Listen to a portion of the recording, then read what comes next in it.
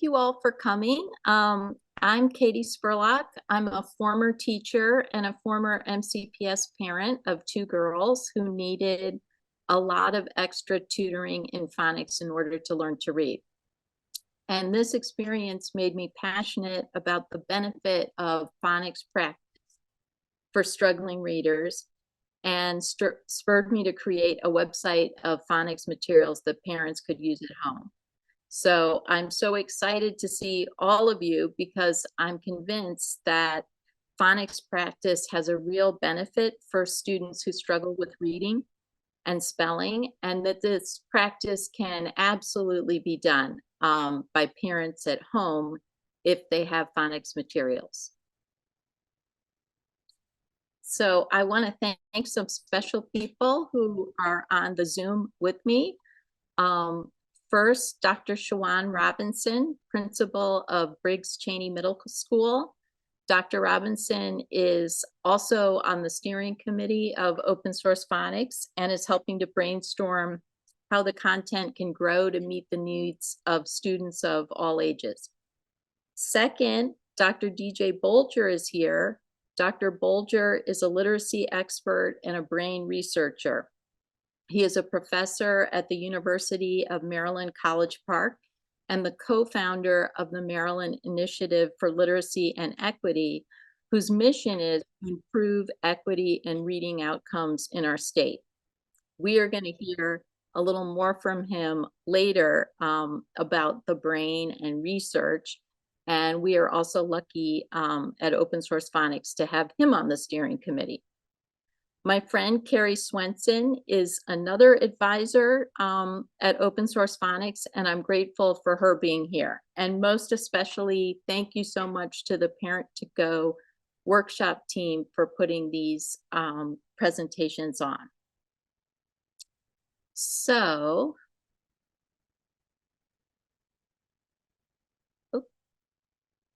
let's begin with a simple definition of phonics and a little background. So phonics refers to the system of spelling patterns that represent sounds in our language. In the last decades, you may probably have seen articles about reading and the reading wars, and these conflicts do boil down to a conflict about phonics and a disagreement about how children learn the phonics patterns when they learn to decode and how much direct instruction children need in phonics in order to learn to read. So in the 1970s, a movement emerged called whole language. And their idea was that children who read a lot and were constantly exposed to books and print would intuit a lot of the phonics code on their own. So according to this view, for example, a child who learned the word night and light and read those words would figure out the sort of pattern there and would be able to read a new word like flight and write too when they saw it. So balanced literacy programs, which was kind of a new term that for the whole language perspective, had this idea that if you motivate children to love books and read lots of books they're interested in, the technical, mechanical parts of reading will come along because their brains will pick up these patterns.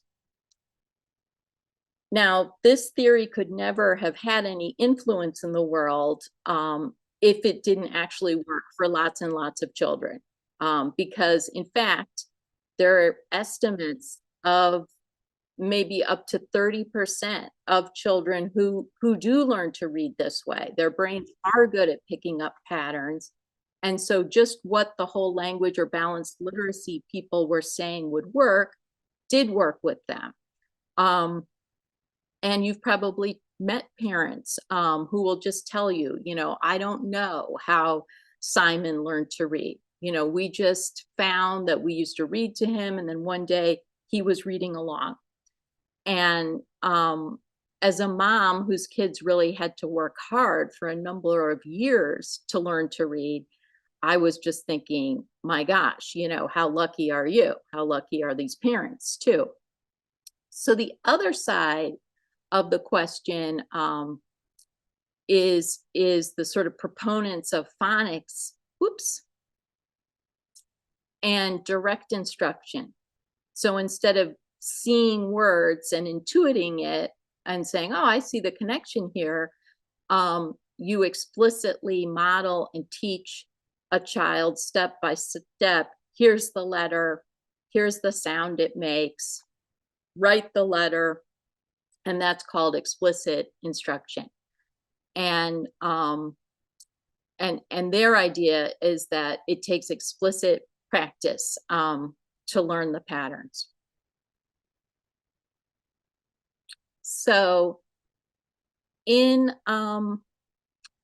2000, the National Reading Panel studied over 100,000 research studies and came up and spoke out about the 5 pillars or components of reading, making clear that for most kids, and certainly that bottom 60% of students, explicit instruction in phonics is critical. So now in the press, of course, we will read from the other side, it's not just phonics. Phonics is not the only way to prevent, you know, the reading crisis in our country. And those articles will say that background knowledge and vocabulary and comprehension are also very important too. And of course, they're right. These things are very important, and you can support vocabulary and comprehension by reading aloud to children and going to the library or watching a documentary and discussing it. So building vocabulary and comprehension has to happen, is really great to happen. It's just that kids won't implicitly learn spelling patterns and phonics by doing these things. So we wanted to make sure to say that. So the more we know about the world, the better we are at comprehending text.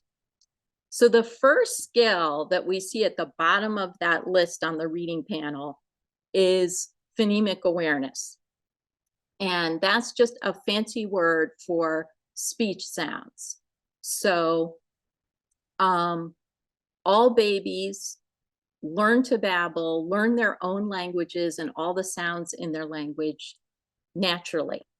And so, you know, when babies are first born, they would babble all the sounds in any human language, but they would quickly start focusing on the sounds that they hear from their own language.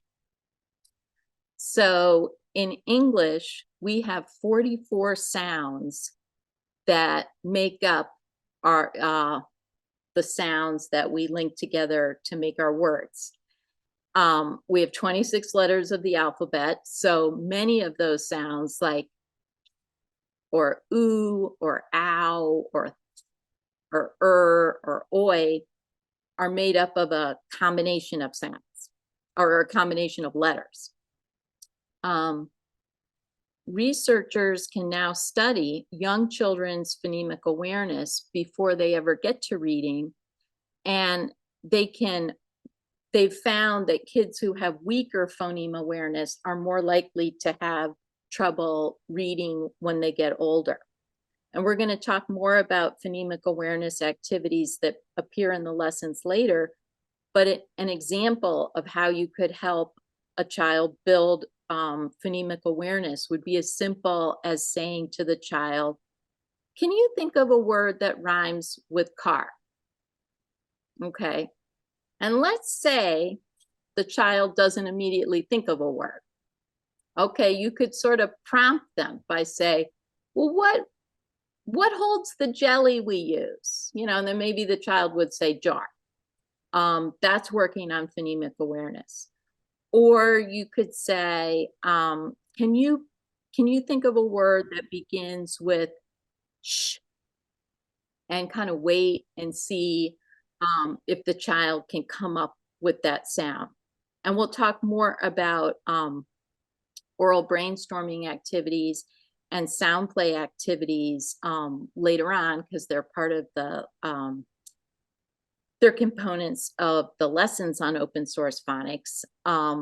But the main thing that researchers have found is that it's an important component to reading, and that practice can improve these skills. It's not like just a skill that you either have or you don't. It's something that the more you do it, the stronger that muscle grows, and the better that skill gets. So, oh, this is a slide that that summarizes what we've just learned about phonemes. So there's 44 of them, and these are like the sound blocks we can manipulate. Okay, now we're moving on to letters, and the fancy word for that are graphemes. Graphemes are the letter and letter patterns that represent the speech sounds. And so here's the technical language that you would see in open source phonics and that would help you. Consonants are all the sounds that are not the vowels. The vowels are kind of like the heartbeat of a syllable. It's what gives the syllable or word its beat. And in English, we have our short vowels. So a, I, and and then our long vowels, where the vowels say their names, A, E, I, O, and U. And then we have more vowels, our diphthongs, that would be like ow and oi, and oo, or our vowel teams that kind of respell the long vowels, just using a different spelling for them. So the other thing that we want to be aware of are the consonant clusters. And that's the blend of consonants that you could see either before or after the vowel. So, you know, if you're a kid just listening to words, like the word, say, strip, you may just hear it as a whole little word, strip, and you might have no problem repeating it, strip. But if someone asked you, what are all the sounds that you hear in that word, you might find it quite difficult to hear st, r, because it all gets smashed together so closely. And what we know is that it's even harder to hear all the sounds in a consonant cluster that comes after the vowel. So imagine the word prompt. You know, that's a lot of at the end. So we'll talk about ways that you can help students become more aware of those sounds later. Okay, so if you are a struggling reader or working with a struggling reader, they may have already noticed that, hey, there are kids in my class reading the Magic Tree House, coding away almost effortlessly, and it's hard for me. And that feels unfair. And it kind of is unfair. That's just kind of the way their brain is set up to work. And there are kids for whom it's going to be much easier. But what the child does not know is there's a second great unfairness, which is that if the child were born in a different country, Finland or Italy, for example, they have a phonics code that's almost a one-to-one correspondence, one letter, one sound. And because of that, children then decode very easily. And there are fewer problems with kids who can't sound out words because the code is so transparent. In contrast, English, because it's a mixture of Germanic and Roman languages and Romance languages, and has so many borrowings from other languages, which is, you know, a wonderful, rich thing. It has the opposite of a transparent code. And so I know you all know this already, but just to remind yourselves of how challenging it could be, let's look at all the ways that we could spell the I. We could have high, night, climb, wild, find, pine, pie, cry. And, you know, that's just a lot of different spellings for one sound. And similarly, if we're looking at the consonant sh sound, we have ship, chef, sugar, partial, special, mission, action. So quite a difficult thing. So the beauty of a scope and sequence of phonics is that it artificially removes all the patterns that you haven't taught yet and only keeps in the patterns that you have already explicitly taught, so that the student can feel a sense of safety and success, and the adult tutor can feel the same way, because no new curveball pattern is going to come in. It's sort of as if the artificial phonics language gives the child the experience of what would it have been like to learn to read in Finnish or Italian. I can read, you know, that well. And then we just kind of add those patterns in. Okay. So before, we're going to look more carefully at the open source phonics scope and sequence, which is, you know, a beautiful thing because it does that sort of job of just, you know, sort of curating the patterns so that you can be successful, learn it, and move on. But before we do that, I want to talk a little bit about the Orton-Gillingham method. And this is where Dr. Bolger is going to jump in and talk about you know, what actually happens in the brain when we do this kind of practice. So the phonics scope and sequence is kind of just a way of organizing our phonics patterns, but the Orton-Gillingham method was a way of intervening with struggling readers. And it has been around for almost 100 years now, because in 1925, the Rockefeller Foundation wanted to fund an investigation of how to help struggling readers learn to read. And in fact, because Nelson Rockefeller, who was born in 1908, was dyslexic, had trouble learning to read, became Vice President of the United States, so it didn't hold him back, but he had a very difficult time learning to read. And so all of a sudden, the Rockefeller Foundation was like, let's put the greatest minds on this and see how we can fix this. And I think it's interesting to note that even before whole language, you know, in the 1970s, there were always kids who struggled to learn to read with this code.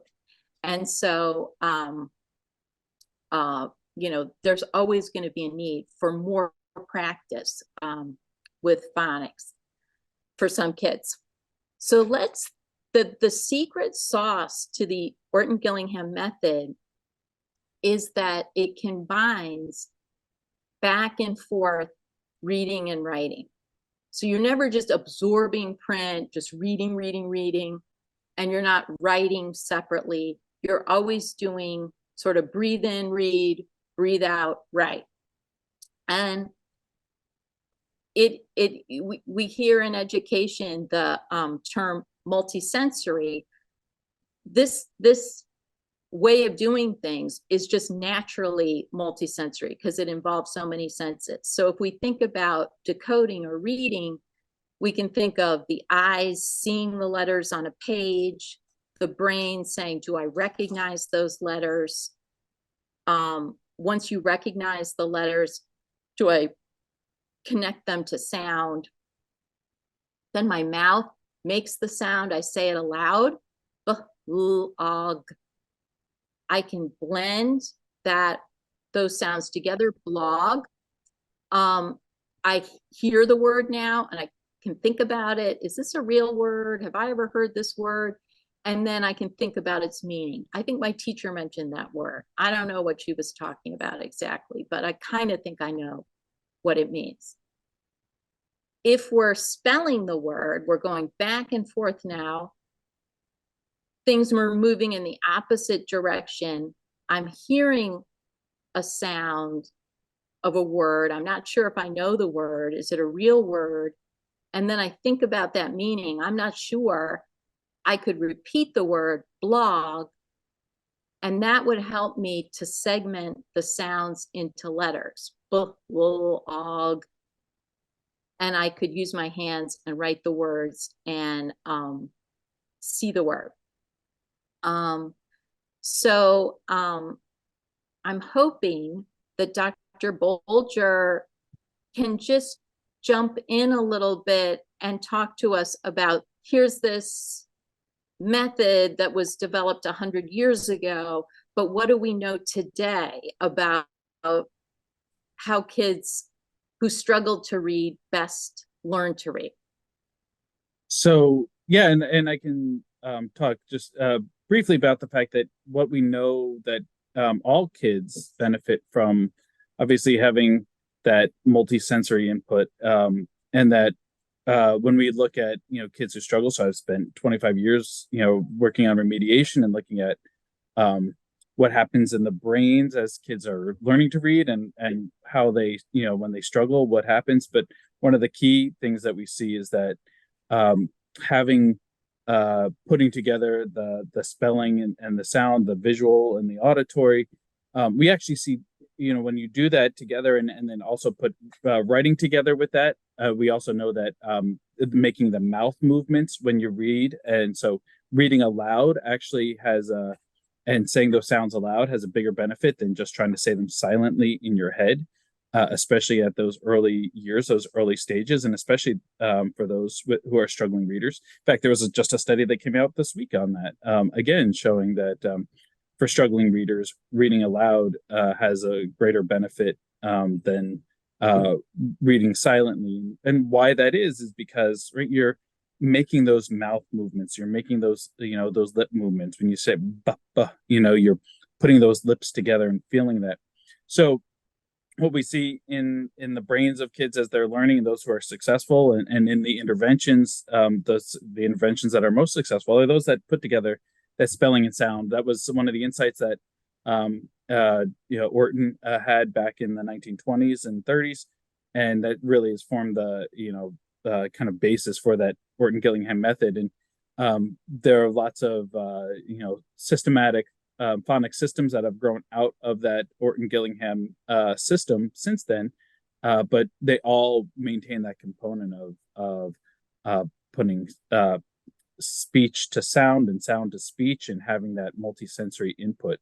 So that's it's a critical feature of learning to read, especially in English, where it's hard, and those who struggle have a hard time, like I said, making those connections. And so that's why this method that makes it explicit for them, as Katie said, lots of kids struggle to do it implicitly, to just pick up those patterns implicitly. There are those 30% or so that will learn it implicitly, but by and large, the 50 plus, 50 to 60% of kids will struggle to do that unless it's made explicit for them. And a lot of that has to do with the fact that in this alphabetic system that we have, it is there are a lot of variations, there are a lot of inconsistencies, and so making sure that we kind of map those patterns is critical for our learning. Thank you very much. And I think it's interesting, DJ, that you say that about the importance of reading aloud, because I remember being a child and people kind of like laughed at that. He moves his lips when he reads, right? Like this is not a good thing. It's actually a good thing. Same thing with finger counting, right? Everybody was told that counting on your fingers is bad. And all the neuroscience and all the cognitive science over the past 20 years has said, no, actually counting on your fingers is actually not a bad thing. It actually improves numeracy. It improves your number sense in the brain. Something that, you know, things that we thought intuitively back in the day were, you know, bad to do. In fact, they were actually good to do. Yeah. Right. And I think as tutors, you know what, this is really, I'm having trouble moving to my next slide, which makes no sense. I try closing and reopening. Well, I'm sorry. Oh, now it's working. You know what was crazy? It was hyperlinking to my laptop. So I was moving the mouse on my laptop and it's like, it's moving on the laptop. So, okay, I'll close this computer. So, yeah, well, I want to talk a little bit about how the sequence moves, because I think that, you know, parents will love that. It's a very predictable step by step by step movement. And so we start off just with the one consonant, one short vowel, you know, end consonant words like sad, bed, and cup. And then you move to the digraphs, WH, TH, CH, and SH. And now you can read those words. And then we move to the consonant blends, and that's done in stages too. So you first start off only with blends at the beginning of a word like slim or trip, and then you do the consonant blends at the end of the word, camp and fist, and then now you can put them all together and do multi-syllable words like grasslands or chipmunk. And I think one of the things that surprised me about phonics before I started tutoring children is that it really doesn't get harder. It's just more. It's just like the next little pattern. A kid who can hear prompting and write it down is dealing with, like, remember we said there are 44 sounds in English, 44 phonemes. He's now already sort of able to manipulate almost 70% of the phonemes in our language and almost 50% of any of the syllables you'd see in running text. So it's almost like once you're watching your kid do a back dive off the diving board, and you're like, okay, now I know that that child is going to be able to do some other things. And so I made these slides to kind of make this point about what you can read based on what phonics patterns you know. So this is like a text that we might see as a sixth grader reading about the Constitution, and it looks pretty meaty. Here it is highlighted, just showing you the patterns like tect, tected, abolished, calm, del, up, that are all these closed syllable short vowel patterns that you've now mastered by the end of lesson 43. Then we just move and include all the long vowels with the consonants, the vowel consonant silent E pattern. So like cake and tube and broken, and putting it together with what we already know. We'd have bigger words like landslide. And then you can see that now over 50% of what we're looking at seems to be in color, because these patterns just are so frequent in our language. So the kid has gotten a lot of bang for the buck by practicing them. And, then I think a really big leap for students is being able to know that there are open syllables and closed syllables. And this takes a lot of practice. This is where like maybe counting syllables would come into play, where you can put your hand under your chin and say how many syllables and populate, and your chin goes down 3 times and you say, okay, that's 3 syllables. And if you can rock back and forth between the short and the long vowel sounds, we are now at about 85% of the phonemes that are at play in English and 75% of the spelling patterns that you would see.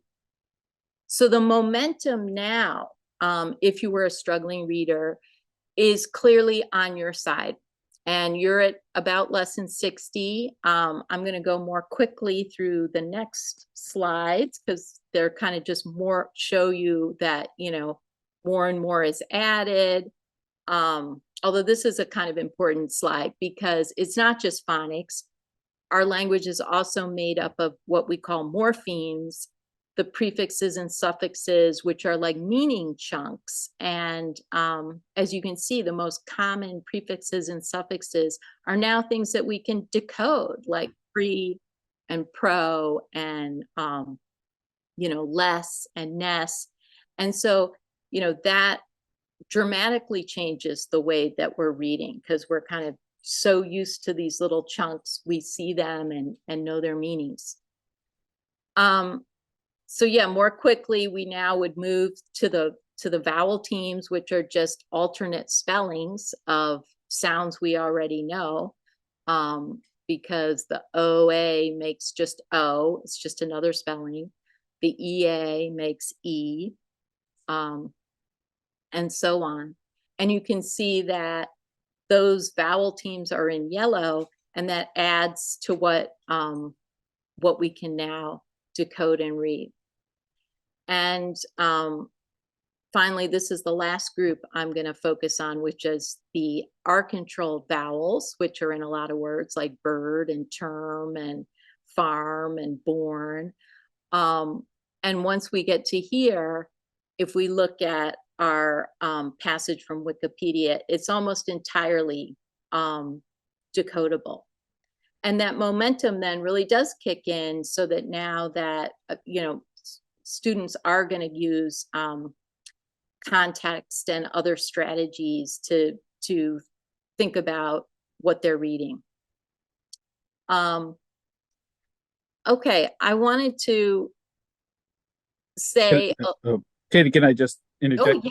Yes. And one of the things about what Katie just showed you from lesson 1 to all the way to 72 is the fact that the scope and sequence moves from kind of the simple to more complex, right? So one of the things that when we talk about these programs have a scope and a sequence, which is you always want to start with the thing that is the simplest, that gives kids the understanding of the letter sound correspondence, so that spelling sound correspondence at a simple level, because you don't want to start with the more complex and have them try to figure out the more complex patterns. So the nice part is like I said, when we talk about a scope and a sequence, right, we're going from simple and then just scaffolding them to more complex. And as Katie mentioned, is that as kids start to get the pattern and start to see these, it'll start to pop. But that's when they start to get it, and they start to then see, oh, now I can find more patterns and more patterns, and we, as we explicitly teach them, they'll kind of get it. And so those that are ready, those that are that middle of the road, they needed that explicit, but they can start to get it faster and faster. And those that'll struggle will still need a lot more practice with a lot more patterns. And that's the one thing about what Katie's going to show you, is that practice is what really ingrains the fact that, oh, I can do this and I can make it automatic in my brain. Thank you. And that actually connects to a question I had forgotten that I wanted to ask people in the chat. And I don't know if there's any questions yet waiting for us in the chat. Maybe not, but I don't see any question. no questions. Okay. Can someone share, please, what was the hardest multiplication fact for you to learn that you remember learning? And about how many times do you think it took you to learn it with practice? And you could estimate that in any way. Like, I think it took me 80 times to learn that, or I think it took me a month to learn that, or, you know, that's the kind of question I wanted to pose. And if it's okay if you say, I still use my iPhone, I don't know the fact, you know, if it's like the word beautiful or thorough, which I still use spell check for.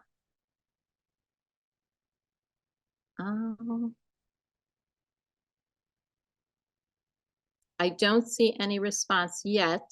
No, No? I don't see any in the chat. Okay. Okay, well, is that a new one? 8 times table. Yeah, horrible. 8 times 7 is 56, and it took a couple of years. Thank you for sharing that. Yeah, I'm not sure if it was years, months for me, but for me it was 8 times 7 is 56.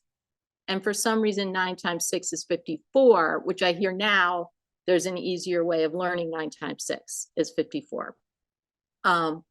But the only thing I wanted to emphasize here was Dr. Bolger, none of us, no teacher in a room could know how much practice is needed for a particular kid to learn a particular skill, right? Because we're all different. It's all going to be a different number. And the beauty of one-on-one phonics is that we have all the time in the world. We're working just with one kid. It doesn't matter how fast some other kid has already mastered that fact. We can go back and practice it until it's done, just like we were learning the ukulele and we were switching chords. And, you know, the other thing I wanted to mention is what adults do is not necessarily just explicitly teach and model, which we do, and I will get to that, but we enable practice just by being there. So if, you know, my friend Carrie Swenson, who's on this call, coached soccer, kids soccer for years, you know, the practice doesn't just happen. They don't just dribble around the cones without an adult setting up the cones and seeming interested in the drill and saying, like, I believe, you know, this is really going to be beneficial for you. And I think that's what we do. Anytime we're working with a kid on a skill, we got to know that practice wouldn't have happened had we not been there. So one of the nice things about phonics materials is that there's no curveballs. And I think kids actually kind of like this. The lesson follows the same format. So, you know, you may start by reviewing. You can review a number of ways by going through like note cards. You know, you could hold up a note card, a flashcard, and have the kid read the sounds that are on the card. You could do it the other way, which is you could look at the card and make the sound and have the student write on a whiteboard those sounds. You can look back and you can have them write a sentence or a list of words that was from a previous lesson. Then, especially the early lessons, do oral brainstorming. And that can be done in a number of ways. The thing about oral brainstorming is it's good for vocabulary development too, because all words are on the table. We're not talking about how it's spelled. We're just talking about the sound. So if we were brainstorming words that have sh in it, you know, mission would count, and chef would count. And we're just doing that, that oral work. Now, I'm gonna advance here to some tips. Tips for, you know, oral brainstorming can be like a really fun part of the lesson, because maybe you pantomime things that you want the kid to, you know, guess the word rush, so you could be pretending to rush, or you could both take turns drawing pictures on a dry erase board and said, you know, I have something you could guess, just like Pictionary, that has that sound. Another kind of sound play that we do is a little bit more complicated, and that's when we're asking kids to add and delete sounds. So let's say, you know, I were to say, can you say cramp without the p? And then maybe the student would say cram. And then maybe the next log of that is, well, can you say cram without the k? And I'm deleting a sound, and now it's ram. The only thing that I will say about these activities is that they won't be relaxing for you if you don't practice them ahead. Like, it's supposed to be all fun and games, and then you're like thinking, oh, was it cram? Was it ram? And so it's not a bad idea to either look at the script or write little notes to yourself. Okay, another really important thing that helps with phonemic awareness and really is simple to do is count the phonemes in sounds, because that helps create that awareness. And we do that by kind of like really stretching the sound sometimes, like a big piece of gum. Prompt. And we're like over articulating it, and then asking the student to do the same thing back to us. And then they will hear those sounds, hopefully. But and Katie, just to add to that, I teach pre-service teachers every year, and I have to teach them this, and it's even hard for them to get. So as parents, it's really, you know, it's not intuitive sometimes. And I'll say, how many sounds do you hear in the word judge? And as expert readers, everybody's like, you know, they're thinking about all the letters in the word judge. It's like, oh, it's got all those letters, but it's only 3 sounds. It's judge. All right. And so, and same thing, you know, with pitch, or even the word, you know, though, you know, which really only has 2 phonemes, the O, even though it has all those other letters in it. And so oftentimes, you know, going through some of these, you know, mental exercises as parents is really difficult, because it's something we don't think about. We all have learned to read. We're expert readers, you know, many of us. And so oftentimes it's difficult for us to even think about, oh, there's only 3 sounds in that word, even though there's all those letters.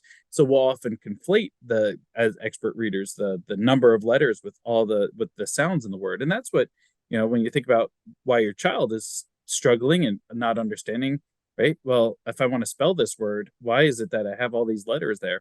You know, and so that's why it has to be so explicit. That's why it is important to have this scaffolding from simple to more complex. Yes, and I will say also, DJ, that's a great point, because I feel like my ears have been distorted by spelling. Like, I hear the T in pitch. I just feel it's there. I feel like it's not the same as much. You know, it's crazy because of how influenced we are by the letters. And open source phonics, because of that, all the phonemic awareness play is scripted and gives you all the answers, because you know, otherwise it just really is, you know, can be too difficult. Okay, so you know what, I want to show you a little bit about what the website looks like. Um,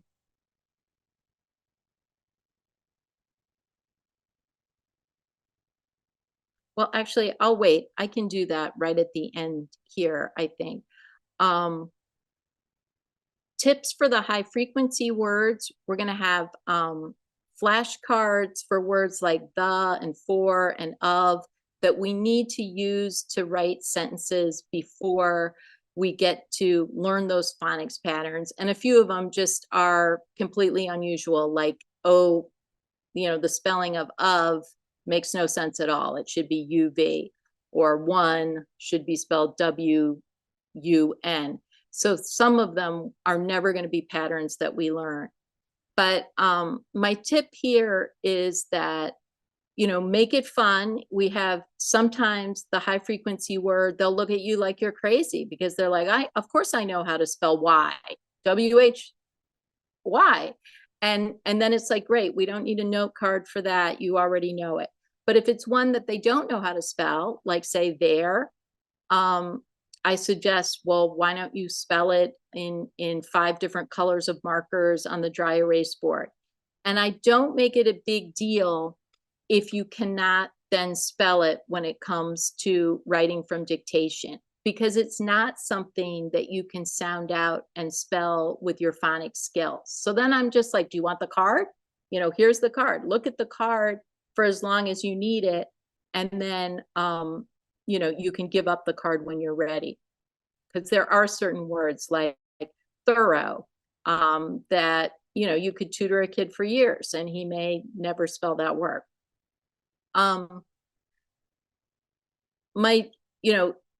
As we talked about, it's that writing piece. If you can write it, you can read it.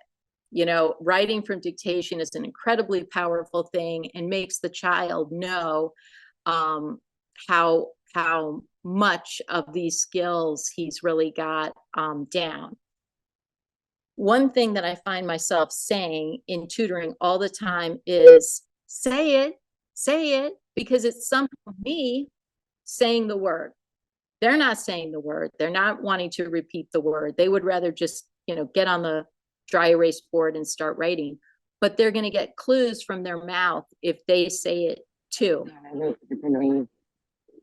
And so we always want to model pronouncing words or sounds correctly. And I have tips and videos linked in open source phonics to help you. So in other words, you don't want to say "ba" for because then if a student is trying to sound out a word like bad, they might be like "ba, ad," when really it's "bad, bad."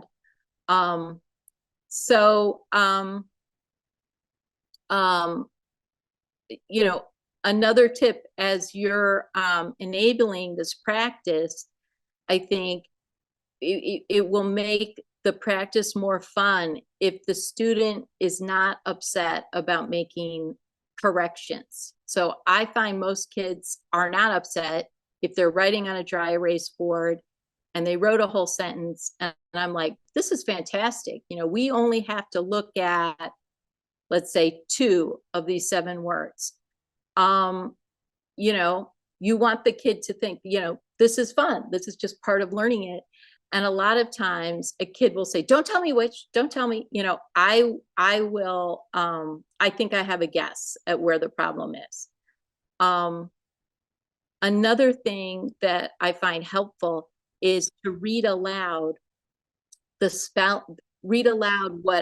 how I would sound out the word that they're trying to spell. So let's say the example is, I see rad, but you want rod. Can you see how to fix this? And then, they may come up with it. Tips for the triple read. Here again, I would be super explicit with kids and just say, like, why are you asking me to read this 3 times? Okay, they're going to say, perhaps. And I just tell them the research shows that repeated reading is the most helpful thing for fluency. And this is why we're doing it. you know, and I am serious. I think it's going to help. And I also kind of comment on the first reading as a first reading, like, wow, that was really good for a first reading. You did X, Y, and Z. But, you know, my conviction is I'm waiting for the next reading, and it's going to be better, and it's going to have better phrasing and everything else. And here again, you know, this triple read or even double read, sometimes I will, you know, they'll say, oh, you know, can it just be 2 readings? I'm like, okay, I'm going to give in here. And they feel like they've won this big battle. But meanwhile, what's happening during the whole session is practice, practice, practice that we're enabling to happen by being the audience. And, you know, whatever you do to make the child feel like, hey, this is a highlight for me to hear you reading and writing these words. I am engaged, just like a coach would be, or a guitar teacher would be to hear you play. It's going to work. I think we have time, I guess, for this, which is I've kind of given the presentation as if you kind of move step by step and it all works. But every now and then, what you will find is that you thought a student had a certain pattern down pat, and then all of a sudden you see that they're using those patterns interchangeably. And in fact, they seem confused. And the first couple of times this happened to me, I was just like, oh no, disaster, you know, none of it's working. But then I talked to my mentor at the time, of the brilliant Fran Bauman, who was my OG teacher. And she said, oh, I love it when that happens, because now I'm getting somewhere. You know, I know that the A and the you know, the short A and the short E is giving this kid some trouble, and we can really dig in and work on that. And so instead of, you know, reacting with anxiety, I'm now like, ooh, you know, I see what's going on. So when we see these pattern confusions, which happen, you know, maybe between the SH and the TH, you see that the kid just is kind of using them interchangeably when writing from dictation or reading. There are some things that we can do to help them see the difference. So we could go back to our flashcards. In one case, I went back to my flashcards with a student and saw that he wasn't even all that solid with some of the flashcards. So then I was like, he was solid before we had added more cards, and now it was getting shaky. So we supported some of the sounds with target words that would remind the student of the sound. So on the A flashcard, a little picture of an apple, so that if he didn't immediately think ah, you'd go apple, ah. We can use a mirror or a phone to show how our mouths look, and that will draw awareness to how it feels making the sound. And so even though for some reason for a kid, maybe the SH and the TH look similar for whatever reason, they may feel when sh and p is really quite different in what you're doing with your mouth. And then, as DJ said, we always go from simple to more complex. So like this is an actual whiteboard from one of my students, and we were confusing, I guess, the SH and the TH. And so I just made it like really clear, like, oh, we're only going to do SH ones here. I'm not going to trick you. I'm not making it hard. I'm going to tell you, let's do another SH word here. Then let's brainstorm all our TH ones over here. And then when you're ready, do you want to switch back and forth? Are you ready for this challenge of, you know, picking where it's going to go?